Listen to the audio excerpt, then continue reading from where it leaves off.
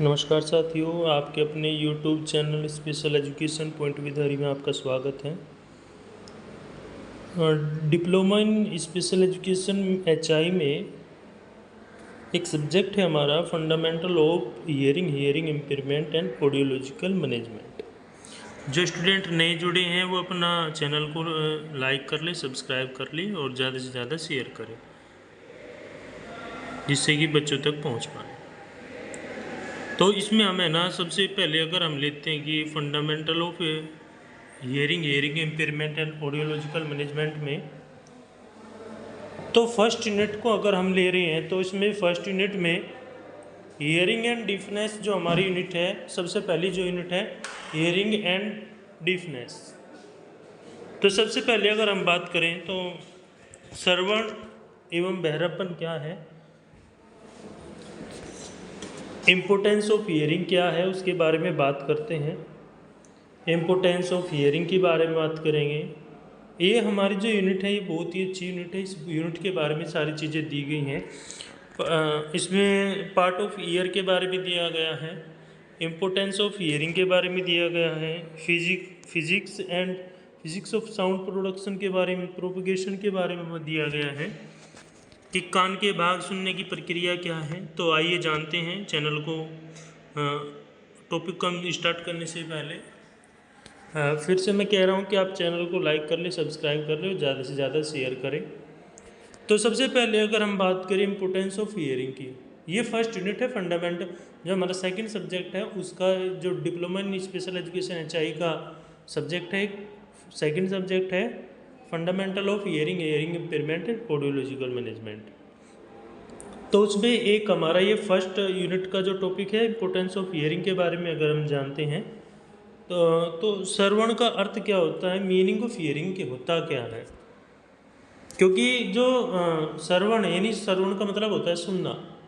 सुनना हमारे लिए क्या है, जीवन में बहुत महत्वपूर्ण है, क्योंकि बिना सुने तो हमारे जो चीज़ें हैं वो कंप्लीट नहीं हो पा रही हैं।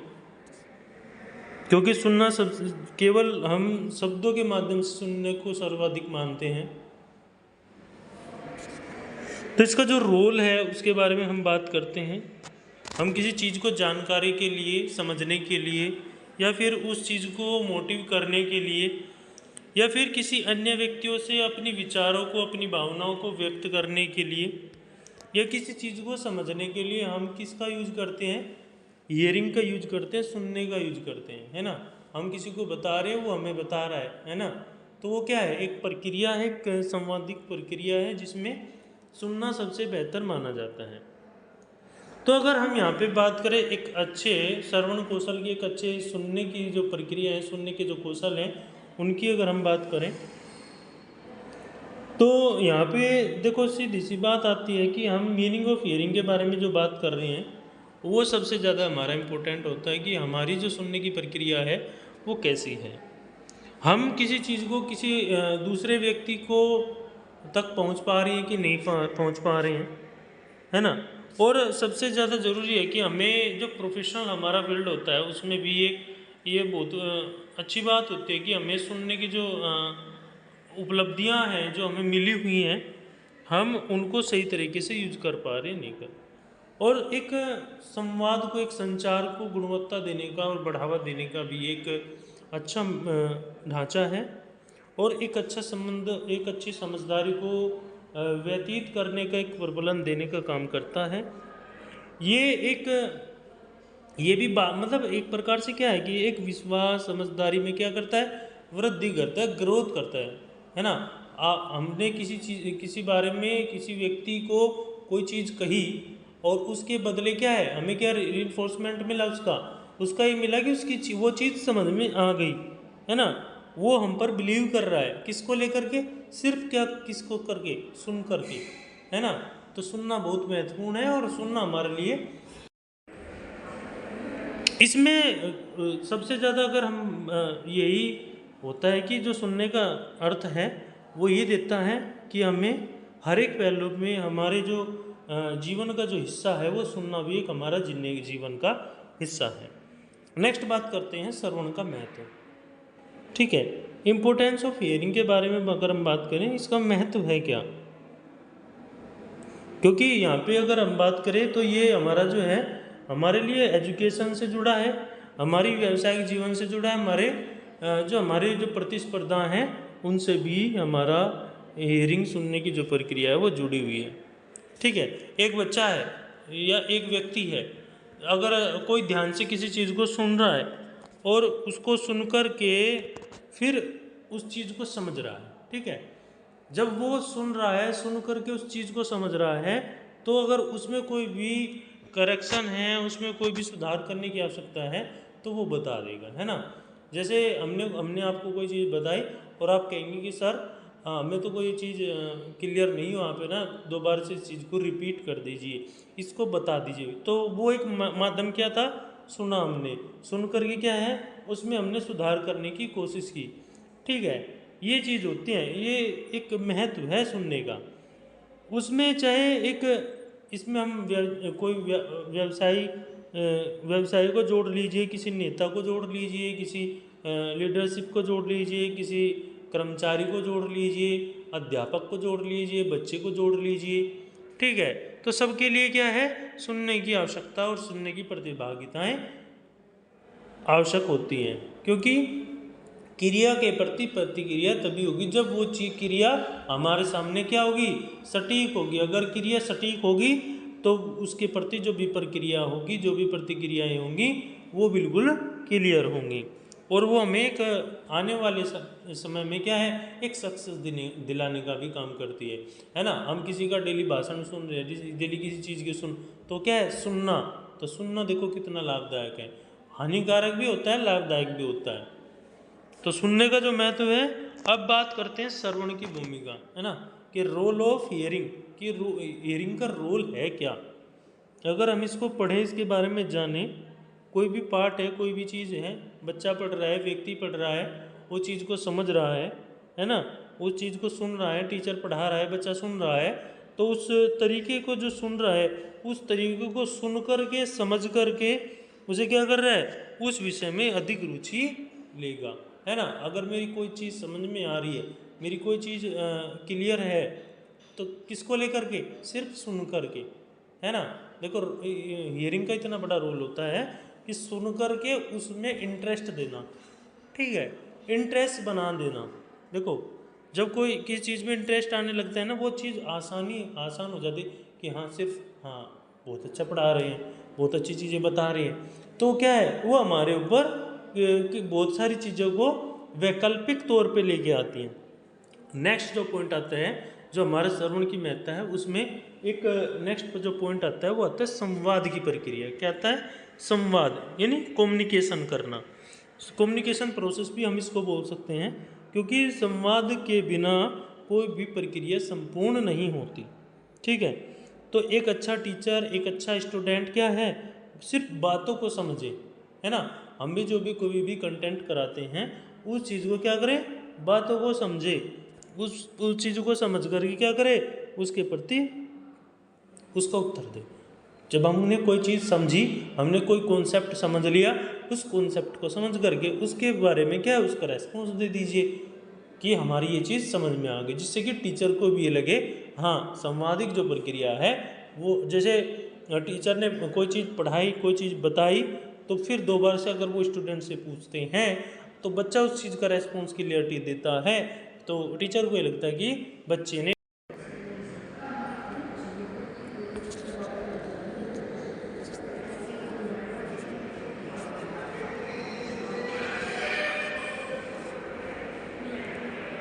बहुत सारी चीज़ों को ध्यानपूर्वक क्या करा है, सुना है।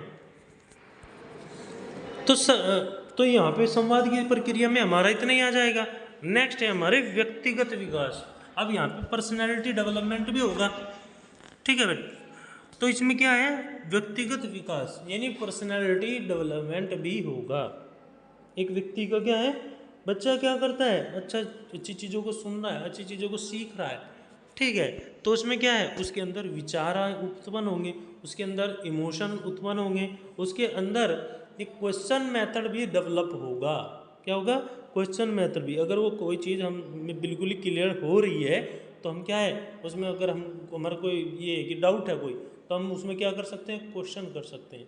क्वेश्चन कहाँ करते हैं, जब हमारी कोई चीज़ समझ में नहीं आ पा रही है या फिर हम उससे उस पॉइंट से रिलेटेड कोई चीज़ समझना चाहते हैं, जो एक व्यक्तिगत विकास में उसकी मदद करता है, उसके जो व्यक्तिगत विकास है उसमें भी वो हेल्प करता है। नेक्स्ट आ जाता है आत्म समझ और अंतःप्रेरणा। ठीक है, सेल्फ अंडरस्टैंडिंग को यहाँ पे यूज किया जाता है। कोई भी छात्र है, कोई भी तरीके से सुनता है, समझता है, तो क्या है, वो अपनी जो स्थितियाँ हैं, जो अपनी चुनौतियाँ हैं, उनके अनुसार क्या करता है, अधिक अच्छी तरीके से क्या करता है, किस चीज़ को समझता है। समझने की प्रक्रिया जो है वो लगातार चलती रहती है और उसमें क्या है, वो अपनी सीमाओं को या फिर मोटिवेशन के तहत, अभिप्रेरणाओं के तहत क्या है, एक प्रक्रिया के रूप में समझ पाता है, क्लियरिटी को कर पाता है। तो इसमें आत्म समझ और अंतःप्रेरणा। ठीक है, नेक्स्ट आ जाता है सामाजिक विकास। सामाजिक विकास में ये आ जाएगा, देखो यहाँ पे सोशल डेवलपमेंट भी होना जरूरी है। जैसे हमने ना 4 पॉइंट में यहाँ पे ले लिया ना कि ये श्रवण का महत्व क्या है, तो श्रवण का महत्व यहाँ पे देखो हम आसानी से समझ लेंगे इस चीज़ को। तो क्या है, श्रवणता से क्या है, सुनने से क्या है, हम लोगों से अपनी भावनाओं के बारे में, अपने विचारों के बारे में, या लोगों की भावनाओं को या लोगों के विचारों को क्या करते हैं, सम्मान करते हैं। एक सुनने की जो प्रक्रिया है, सुन करके, ठीक है ना, कोई अपने थॉट्स बता रहा है, कोई अपनी चीज़ों को बता रहा है, अपनी इमोशंस को बता रहा है, और जिससे क्या है, हमारी समाज के प्रति क्या बढ़ जाएगी, हमारी साक्षरता बढ़ जाएगी और हमारी समझ बढ़ जाएगी। ये होता है सामाजिक विकास। तो ये सुनने की महत्वता को प्रदर्शित करता है। नेक्स्ट जो पॉइंट यहाँ पे दिया है, समस्या समाधान, यानी प्रॉब्लम सॉल्विंग। किसी भी कोई भी समस्या, कोई भी रिलेटेड कोई भी प्रॉब्लम्स है, उसका सॉल्यूशन करना, है ना। जब हम किसी भी तरीके, सही तरीके को सुनते हैं, तरीकों को समझते हैं, तो फिर हमारे लिए क्या हो जाता है, हमारे लिए जो दूसरी परेशानियां वगैरह हैं, समस्याएं वगैरह हैं, उनको हम अच्छी तरीके से समझ पाते हैं, है ना। जब हम किसी समस्या का समाधान खोजने के लिए कोई तरीका यूज कर लेते हैं, समझ लेते हैं, तो हमें जो भी अन्य परेशानियां होंगी, अन्य जो समस्याएं होंगी, उनको समझने में ज़्यादा कठिनाई नहीं होगी। जिससे क्या है, उन समस्याओं का हम समाधान निकालने में क्या होंगे, हमें मदद मिलेगी। सीधी सी बात है। नेक्स्ट है इसमें पाठ्यक्रम की समझ। पाठ्यक्रम की समझ क्या है कि बच्चों के लिए ज़रूरी है, क्योंकि पाठ्यक्रम एक समझ को विकसित करने का एक माध्यम भी है, क्योंकि सरल पाठ्यक्रम है, सरल चीज़ें हैं, तो समझने के लिए प्रेरित करता है। ठीक है, अब नेक्स्ट इसमें अगर इसी में बात करें तो थोड़ा सी एक चीज़ हो रहा है, एक पॉइंट हो रहा है इसमें कि अगर हम किसी पाठ्यक्रम को सुनकर के, यानी लिसनिंग स्किल्स को हम यूज कर सकते हैं। यहाँ पे सुन कर के किसी चीज़ को कंप्लीट कर रहे हैं, कंप्लीट उसका प्रोडक्शन कर रहे हैं, तो वहाँ पे जो पाठ्यक्रम वो हमारी क्या है, अच्छी तरीके से समझ में आ जाएगा। ठीक है, नेक्स्ट है सहयोग और टीम काम, है ना, सपोर्ट एंड टीम वर्क। यहाँ पे भी आ जाएगा, क्या आ जाएगा, सपोर्ट एंड टीम वर्क। अच्छी जो सुनने की कौशल, अच्छे सुनने की कौशल मदद करने के लिए तो छात्रों में क्या है, एक प्रकार से क्या होना चाहिए, सहयोग और टीम, यानी मिल करके उस क्षमता को क्या बढ़ा करें, उस चीज़ को बढ़ाएं। सेल्फ इवोल्यूशन, खुद का मूल्यांकन, यानी आत्म मूल्यांकन यहाँ पे बोल सकते हैं कि जहाँ पर गलतियाँ हों, जहाँ पर कमियाँ हों, उनको समझें और उनको सुधार करें। ठीक है, हम क्या करें, सुनने के माध्यम से जो छात्रों की गलतियां हैं, कमियां हैं, उनको समझें और समझ करके उनमें सुधार करने की कोशिश करें। ये एक होता है, जैसे मैंने कोई गलती की, मैंने कोई काम किया, कोई किसी प्रकार का कोई मैंने गलती कर दी, तो उस गलती को मैं क्या करूं, उसके बारे में सुनूं, हाँ आपने ये गलती की है, ठीक है, आपने ये गलती की है, आप इसमें ये गलती है, इसको दूर कीजिए और इसमें सुधार कीजिए, आपको ये करना है, हो गया के लिए। नेक्स्ट है निर्णय लेने की क्षमता, है ना, क्या ले सकते हैं, निर्णय ले सकते हैं, डिसीजन ले सकते हैं। तो छात्रों से क्या है, छात्रों निर्णय लेने की क्षमता में भी सुधार होता है। जैसे जैसे बच्चे को है ना, बच्चे की समझ विकसित होगी, बच्चे की सुनने की प्रक्रियाएं विकसित होंगी, अच्छा कौशल होगा, सुनने अच्छा श्रवण कौशल होगा तो बच्चे में क्या होगा, निर्णय लेने की क्षमताएं भी विकसित होंगी। और बच्चा क्या करेगा, बहुत सारी चीज़ों में सुधार करके चलेगा। जब बच्चा किसी चीज़ को सुधार करके चलेगा ना, तो वो फिर किसी निर्णय को ले भी सही लेगा। भाई कोई भी उसको निर्णय लेना है, कोई भी डिसीजन उसका लेना है तो वो अच्छे से लेगा, और कौन सा गलत है क्या सही है उस चीज़ की पहचान भी कर लेगा। ये सुनने की प्रक्रिया के माध्यम के अनुरूप होता है। तो जो हमारा जो पॉइंट है, ये पूरा का जो पूरा हमारा 1.1 है, इसमें इम्पोर्टेंस ऑफ हियरिंग के बारे में दिया गया है, और इम्पोर्टेंस ऑफ हियरिंग पूरा इसमें कंप्लीटली ये चीज़ें दी गई, इम्पोर्टेंस ऑफ हियरिंग और मीनिंग ऑफ हियरिंग के बारे में दिया गया है। ठीक है, मीनिंग ऑफ हियरिंग क्या है और इम्पोर्टेंस ऑफ हियरिंग क्या है। मीनिंग के बारे में मैंने चीज़ों को क्लियर कर दिया है, मीनिंग क्या आ जाएगा और इम्पोर्टेंस क्या आ जाएंगी। तो इम्पोर्टेंस क्या, अगर किसी स्टूडेंट को कोई भी प्रॉब्लम है तो अपना कमेंट करके कमेंट सेक्शन में छोड़ दीजिएगा, और जिससे कि मैं नेक्स्ट वीडियो में आपका कमेंट ले सकूं और अपनी चीज़ों को आपकी चीज़ों को क्लियर कर सकूं। नेक्स्ट जो इसमें हम लेने जा रहे हैं वो है 1.2। ठीक है, अब ये है ना, ये कह रहा है कि part of ear and process of hearing, कान के भाग और सुनने की प्रक्रिया। ठीक है, दो चीज़ लेके चल रहा है। एक तो जो हमारे कान के भाग हैं, कान के भाग कौन कौन से हैं वो, प्लस सुनने की उनसे प्रक्रिया है क्या, वो दोनों चीज़ों को लेके साथ में चल रहे हैं। क्योंकि कान हमारे लिए क्या है, ज़रूरी है। क्यों, क्योंकि हमें सुनने की प्रक्रिया से जुड़ा हुआ है। हमारे लिए बहुत सारी चीज़ों को मतलब एक प्रकार से हमारे लिए अद्भुत अंग होता है, एक अच्छा अंग होता है। क्या है, हम किसी भी संवेदनाओं को क्या कर सकते हैं, परिवर्तित कर सकते हैं। बहुत बार क्या होता है, कान है, सुन रहे हैं, अनसुना भी कर देते हैं। ठीक है, कान को 3 भागों में विभाजित किया जा सकता है। कितने, 3 भागों में बांटा जाता है। इसके 3 भागों को 3 भागों में इसको क्या किया गया है, चयनित किया गया है, बांटा गया है। अब पहला अगर यहाँ पे करेंगे बाह्य कान, ठीक है ना, अब इसको बोलते हैं एक्सटर्नल ईयर। इसमें क्या होगा, इसमें हमारा पिन्ना और बाह्य श्रवण नली आती है। ठीक है, क्या जाएगा, इसमें पिन्ना आ जाएगा और बाह्य श्रवण नली जो स्पष्ट रूप से दिखाई देती है। ठीक है ना, आपको दिखाई देती होगी पिन्ना और श्रवण नली, आपको क्लियरिटी बाहर से ये चीज़ आपको दिख रही है। जो क्या करती है, पिन्ना क्या करेगा, पिन्ना कोई भी साउंड आएगी उसको तरंगों के रूप में पकड़ेगा और श्रवण नली में क्या कर देगा, भेजने का काम कर देगा। ठीक है, अब दूसरा जो 2 है मिडल ईयर। ठीक है, अभी तो हम बाह्य कान की बात कर रहे थे, अब मिडिल ईयर की बात करेंगे, इसको बोलते हैं मध्य कान। ठीक है, अब ये बाह्य श्रवण नली के अंत में होता है। जो हमारी जो बाह्य नली है, उस बाह्य नली के अंत में ये होगा।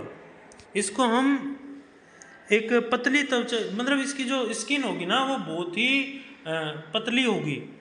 इसको हम ड्रम स्किन भी बोलते हैं। क्या बोलते हैं, एक ड्रम स्किन भी इसको हम बोलते हैं, क्योंकि इसकी जो लेयर है, जिसकी जो स्किन है वो क्या है, पतली है।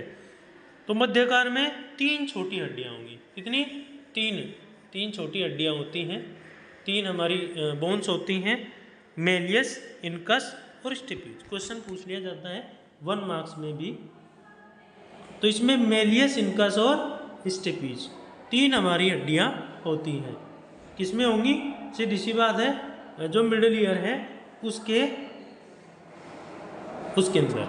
ठीक है, कौन सी, मेलियस, इनकस और स्टेपीज। ये क्या करते हैं, ये हड्डियाँ क्या करती हैं, ये हड्डी किसी भी साउंड को तरंग के रूप में आगे प्रेषित करने में सहायक होती है। क्या करती हैं, ये तीनों हड्डी क्या करती हैं, कोई भी ध्वनि तरंग है उसको क्या करती है, आगे भेजने का काम करती हैं, आगे भेजने में मदद करती हैं। नेक्स्ट इसमें आ जाएगा इनर ईयर, इसको बोलते हैं भीतरी कान। ठीक है, भीतरी कान में क्या है, एक मतलब जैसे घुंघराले बाल होते हैं ना, ये इस तरह से एक घुंघराले आकार का क्या होता है कि संरचना होती है। ठीक है, जिसको हम क्या बोलते हैं, जिसमें हम वेस्टिबुलर प्रणाली, ठीक है ना, वेस्टिबुलर प्रणाली इसमें शामिल होती है। इसमें कोक्लिया भी इसको बोल दिए हैं, कोक्लिया भी इसको हम बोलते हैं, जो क्या करती है, कोई भी साउंड रेज आएगी उस साउंड रेज को क्या करती है, उसको नैतिक संवेदनाओं में क्या करती है, चेंज करती है, परिवर्तित करती है और बाल कोशिकाओं तक भेजती है। तो इसमें हमारा एक्सटर्नल ईयर हो गया, मिडल ईयर हो गया और इनर ईयर हो गया। ठीक है, जो हमारे लिए क्या करता है, एक हेल्प का काम करता है। नेक्स्ट अगर हम बात करें ऑडिटरी प्रोसेस की, अब यहाँ पे जो सुनने की जो प्रक्रिया है वो कैसे निकल के आ रही है, सामने कैसे हो रही है। अब ये कह रहा है कि ध्वनि तरंगों का ग्रहण, ठीक है, ध्वनि तरंगों का क्या करना, ग्रहण करना। जो भी साउंड रेज निकल के आ रही हैं वो क्या करिए, किसको, क्योंकि जो पिन्ना है, पिन्ना किस में है, बाह्य कान में है। ठीक है, अब बाह्य कान जो एक्सटर्नल ईयर है उसमें है। अब पिन्ना क्या करता है, ध्वनि तरंगों को क्या करते हैं, कैच करता है, पकड़ता है। वो पकड़ करके क्या करेगा, श्रवण नली में प्रेषित करता है। क्या करता है, जो श्रवण नली है, जो सुनने वाली नली है, उसमें भेजने का काम करता है। अब यहाँ पे नेक्स्ट जो पॉइंट इसमें दिया गया है ऑडिटरी प्रोसेस में, ये कह रहा है कि जो ध्वनि तरंगे हैं, जो साउंड रेज हैं, वो एक पटल पे काम करती हैं, जिससे क्या है, वो हिलने लगता है। ठीक है, और इसमें क्या है, मतलब इसमें जो मध्य कान की हड्डियाँ क्या होती हैं, क्रियान्वित होती हैं और ध्वनि तरंगों क्या करती हैं, एक प्रकार से सामर्थ्य देने का काम करती हैं। अब ये कह रहा है कि जो मध्य कान है, जो मिडल ईयर है और इनर ईयर है, अब मिडल ईयर से इनर ईयर में प्रेषण यानी भेजने का जो कार्य है, किससे, मध्य कान से भीतरी कान में। जो स्टेपीज हड्डी होती है, जो सबसे छोटी हड्डी होती है स्टेपीज, ये एक भीतर कान के एक ओवल विंडो पर धक्का देती है। ठीक है, क्या करती है, ओवल विंडो, एक जिससे क्या होती है, जिससे कि जो भी साउंड रेज हैं वो इनर ईयर तक पहुंच सके। क्या कर सके, इनर ईयर तक पहुंच सके। देखो यहाँ पे दिया गया है, ये ओवल विंडो में पर क्या करती है, स्टेपीज क्या करती है, ओवल विंडो की तरफ उसको, जो हमारा मिडल ईयर है, मिडल ईयर की जो हमारी बोन्स हैं, उसमें एक बोन्स है हमारी स्टेपीज, वो क्या करती है, वो मिडल ईयर की तरफ उस ध्वनि तरंग को क्या करती है, आगे की तरफ भेजती है, जिससे कि क्या है, ध्वनि तरंग भीतर कान में अंदर चली जाए। अब कहता है कि इसमें नैतिक परिवर्तन क्या होगा, क्या चेंजेज होगा इसमें, क्योंकि जो ध्वनि तरंग है, जो भी साउंड रेज हैं, वो एक विद्युत संवेदनाओं में परिवर्तित करते हैं ना, इलेक्ट्रिक साउंड्स के रूप में निकल के आते हैं। यानी हम कह सकते हैं कि विद्युत संवेदनाएं यहाँ पे परिवर्तित हो सकती हैं। अब नेक्स्ट जो है, लास्ट जो है ऑडिटरी प्रोसेस का, वो है मस्तिष्क तक पहुँचना। ठीक है, ब्रेन तक पहुंचने की जो प्रोसेस है, क्या है, क्योंकि जो विद्युत संवेदनाएं हैं, ठीक है ना, इलेक्ट्रोड जो मेथड है, वो हियरिंग जो एलिमेंट्स हैं उनके माध्यम से मस्तिष्क तक पहुंचती है, ब्रेन तक पहुंचती है। जो सीधी सी बात क्या है, जो इमोशनल साउंड्स को क्या करती है, एक पुनः प्रकट होती है। तो इस प्रोसेस में क्या है, क्योंकि जो कान के बाह्य भाग हैं, मध्य भाग हैं और आंतरिक जो भाग हैं, वो मिलकर के काम करते हैं, तब एक ध्वनि तरंग को अंदर भेजने का जो प्रोसेस है वो पूरा होता है, प्लस मस्तिष्क तक भेजने का कार्य पूरा होता है। सीधी सी बात है, ज़्यादा बड़ी बात इसमें नहीं है, क्योंकि कान का प्रत्येक भाग क्या है, जरूरी है, महत्वपूर्ण है भाई। क्योंकि सुनना अक्षमता, सुनने की जो क्षमता है, अपने आसपास की दुनिया से, अपने आसपास के लोगों से, अपने आसपास के एरिया से जोड़े रखता है, जिससे क्या है, जिससे हमें सुनने की जो प्रक्रियाएं हैं उनमें सफलता मिलती है, सक्सेस हमें मिलती है।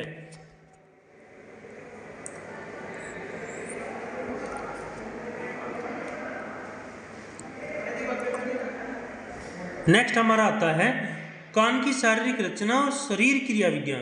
क्या आता है, कान की शारीरिक रचना और शरीर क्रिया विज्ञान। अब इसमें क्या जाता है, कान क्या करता है, कान सुनने और संतुलन करता है, ठीक है।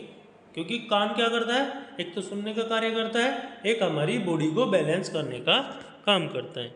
अब कान के विभागों में शामिल है बाह्य या बाह्य कान, जिसमें शामिल होता है पिन्ना होता है और ओलिकल होता है, ठीक है। ये क्या काम करता है, ये कान का बाहरी भाग है, ये बाहर वाला जो भाग आपको दिखता है, ये वाला भाग है, इसको हम ओरिकल और या पिन्ना बोलते हैं। बाह्य एक जो सुनने वाली जो नली है वो, वह नली क्या करती है, बाह्य कान को एक अंदर वाले कान से भीतर कान या मध्य कान से जोड़ने का काम करती है, ठीक है। अब इसमें कान का, जिसको हम पर्दा बोलते हैं, जिसको हम कर्णपटल झिल्ली भी बोलते हैं, मेम्ब्रेन भी बोलते हैं, इसमें जो वो झिल्ली क्या करती है, जो बाहरी कान है उसको मध्य कान से अलग करती है। बाह्य कान को बाहर वाला कान, और जो अंदर जो वाला मिडल ईयर वाला है उसको क्या करती है, अलग करने का काम करती है। मध्य कान में अगर हम देखें, जिसमें शामिल क्या है, टेम्पेनिक और कैविटी, टेम्पेनिक और कैविटी। अब इसमें हम ओसिकल्स को यूज करते हैं। यहाँ पे ओसिकल्स क्यों यूज करेंगे, क्योंकि यहाँ पे 3 छोटी हड्डियां क्या होंगी, आपस में जुड़ी हुई हैं, ठीक है। और क्या करती हैं, मध्य जो ध्वनि तरंगे हैं उनको आंतरिक कान तक भेजती हैं, सबसे लास्ट वाले जो भाग है उस तक भेजने का काम वो करती है। ये हमारा ऑडिटरी वर्बल ऑडिटरी प्रोसेस है, जिसमें प्रक्रियाओं के अनुरूप ये चीज़ें होती हैं। ऑडिटरी प्रोसेस में 5 पॉइंट्स इसमें दिए गए हैं, और साथ ही साथ एनाटॉमी और फिजियोलॉजी ऑफ द ईयर के बारे में दिया गया कि शरीर क्रिया विज्ञान, शारीरिक रचना के बारे में दिया गया है, जिसमें बाह्य कान और मध्य कान की प्रक्रियाओं को समझाया गया है, बताया गया है, ठीक है।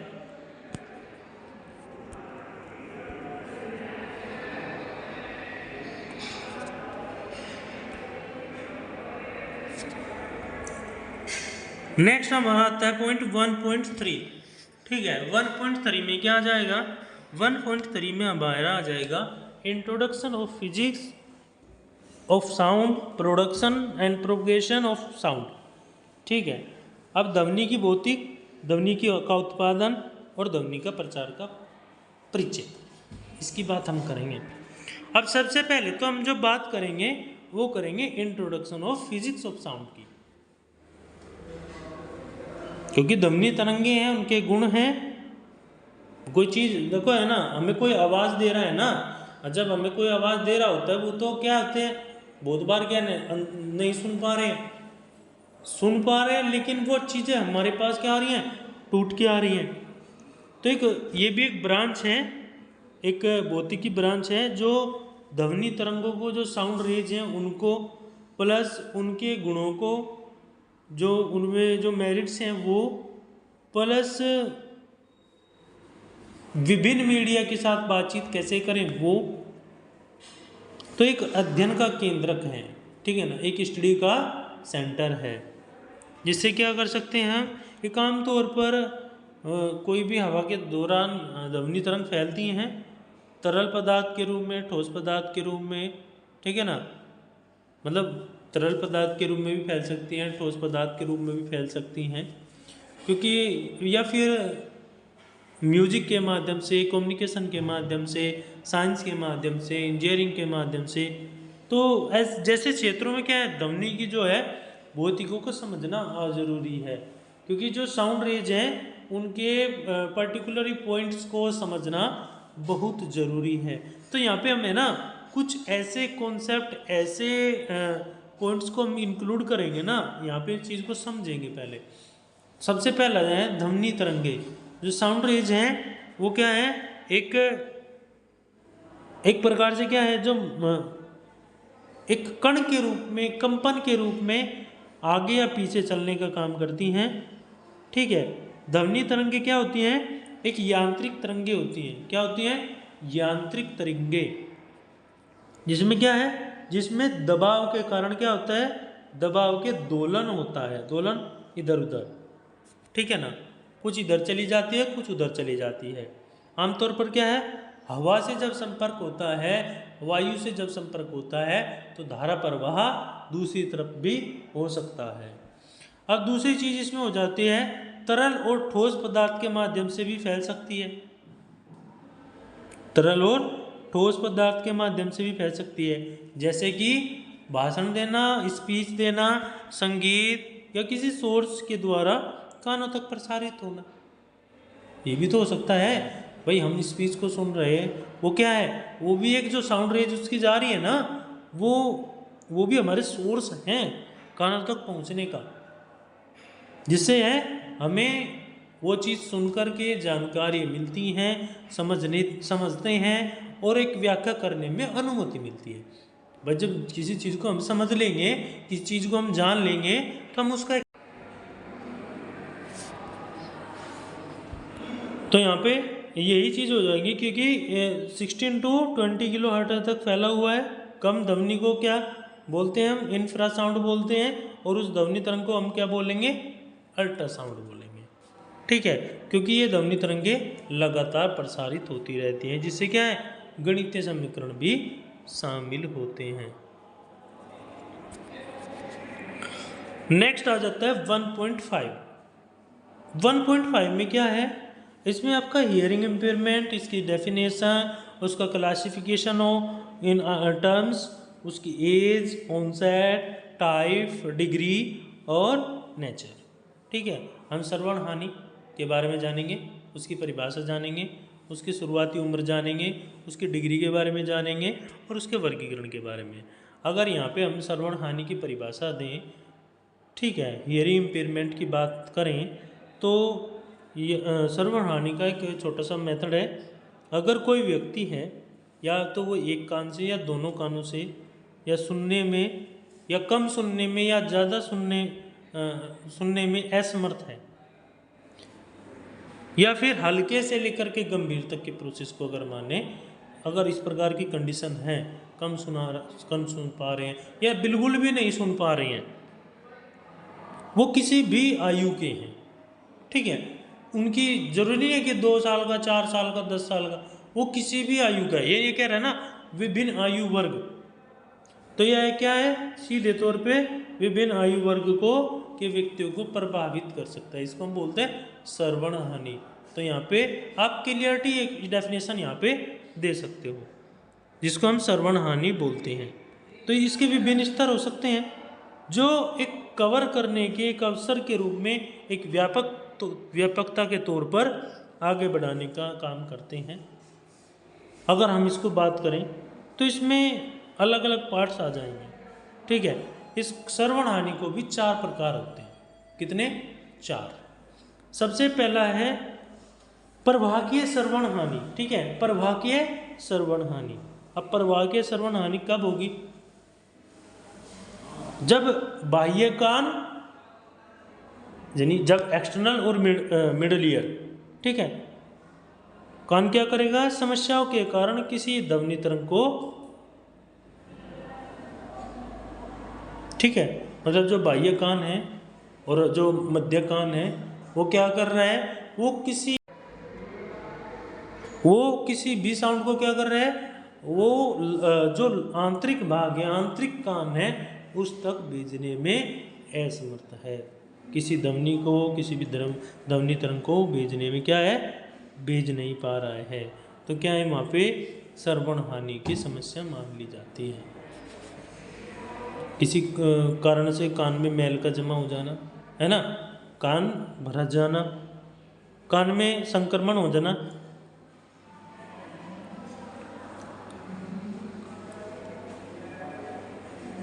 कान के पर्दे से संबंधित समस्याएं हो जाना,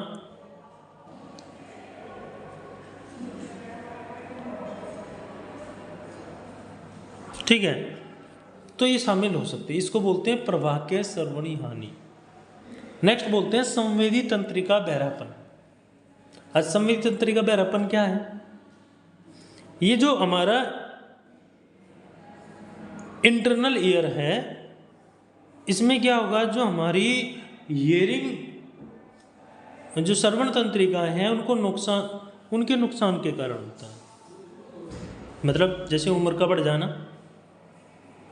अधिक शोर, डीजे साउंड होता है ना, उसके संपर्क में आ जाना, बहुत बार क्या होता है उससे भी दिक्कत हो जाती है। या फिर हेरिडिटिक फैक्टर भी हो सकता है, या कुछ बीमारियां हैं या किसी दवा के कारण भी हो सकता है, तो जिससे भी श्रवण हानि आमतौर पर स्थायी होती है। इसको बोलते हैं संवेदी तंत्रिका बहरापन।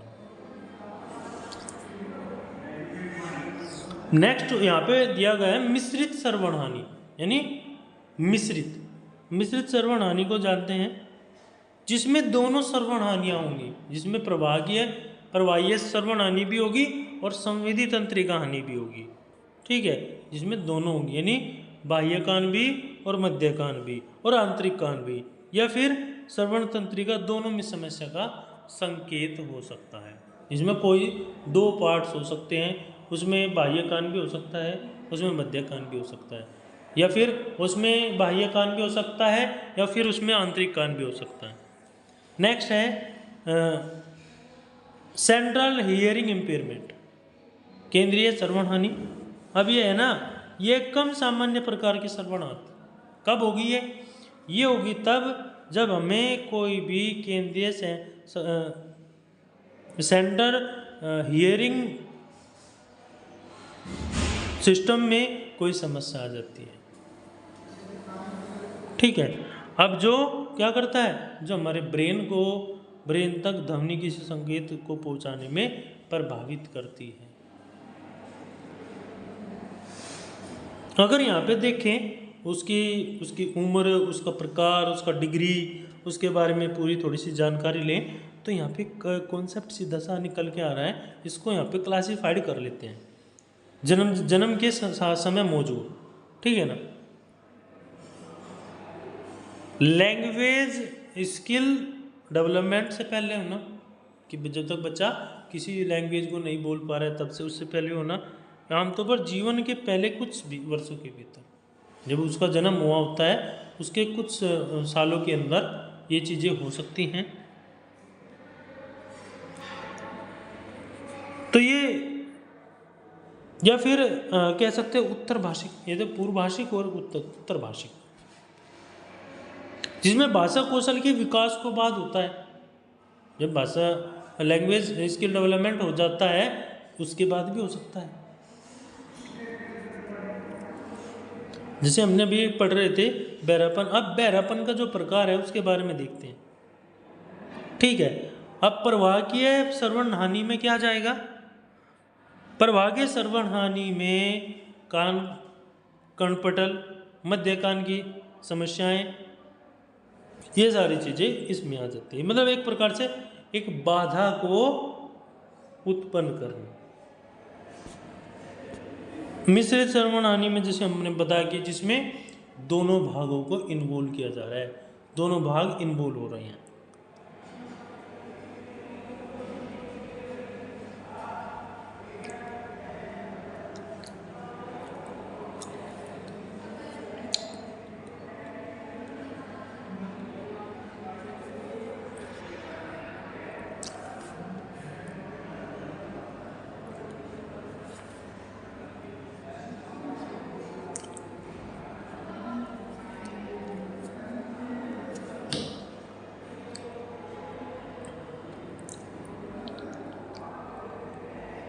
सामान्य लक्षण। अब यहां बात करेंगे श्रवण हानि की डिग्री के।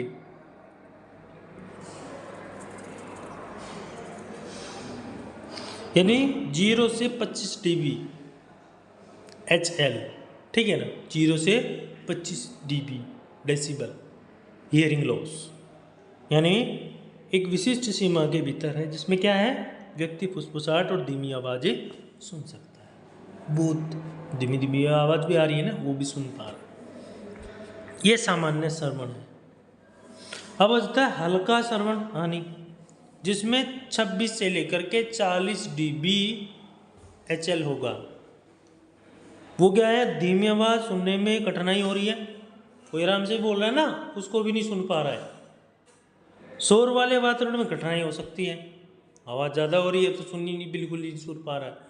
कम को भी नहीं सुन पा रहा है और अधिक को नहीं सुन पा रहा है।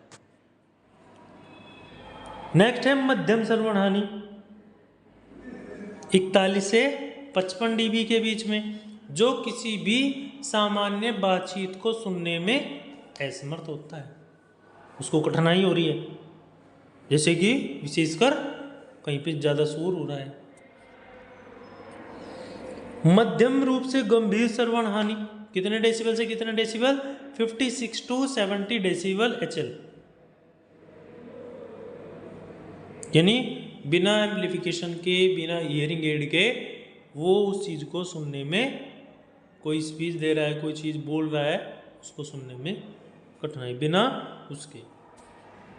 गंभीर श्रवण हानि 71 to 90 dB HL।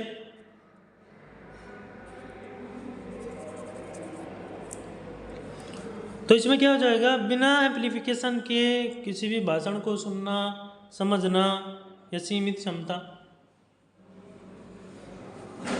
अब यहाँ पे बात करते हैं गंभीर श्रवण हानि की, जो कि 91+ dB जाएगा। इसको ध्यान से रखना, यहाँ पे एक क्वेश्चन पूछ लिया जाता है और उसमें पूछ लिया जाए कि गंभीर श्रवण हानि यानी बहुत सीमित या कोई सुनवाई नहीं, ठीक है, बिल्कुल सीमित हो जाना या बिल्कुल भी ना सुनाई देना।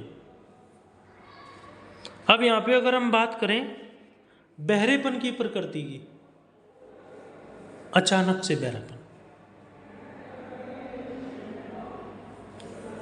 मतलब सुनने की जो क्षमता है उसकी कमी की तीव्र तेजी से शुरुआत होना,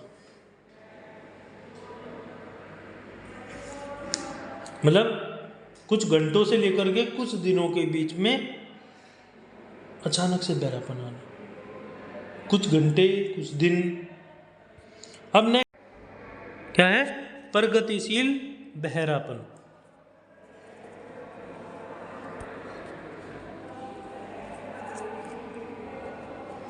प्रगतिशील बहरेपन में क्या आ जाएगा, समय के साथ साथ धीरे धीरे सुनने की क्षमता बिगड़ते जाना, जैसे जैसे टाइमिंग पीरियड बढ़ रहा है, जैसे जैसे चीज़ें हो रही हैं, वैसे वैसे सुनने की क्षमता क्या हो रही है, बिगड़ती जा रही है। उतार चढ़ाव वाली श्रवण हानि, उतार चढ़ाव वाली श्रवण हानि यानी सुनने का स्तर क्या है, अलग अलग है, समय के साथ इसमें सुधार या गिरावट आ सकती है। तो ये इसमें हमारा जो है फर्स्ट जो यूनिट है हमारी, उसमें जो हमारे कंटेंट है जो उसको हमने करा दिया है। इसमें अगर आपका कोई क्वेश्चन है, इसमें आपका कोई क्वेश्चन है तो आप क्वेश्चन कर सकते हैं।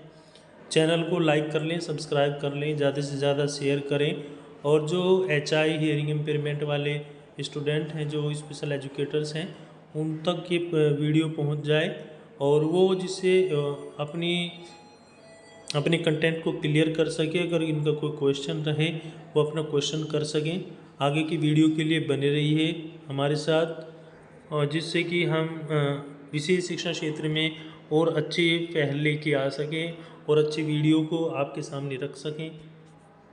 तो नेक्स्ट जो वीडियो आएगी उसमें हम इसी सब्जेक्ट से रिलेटेड या फिर fundamental of speech and speech hearing से रिलेटेड आपको कंटेंट शेयर करेंगे। Thank you.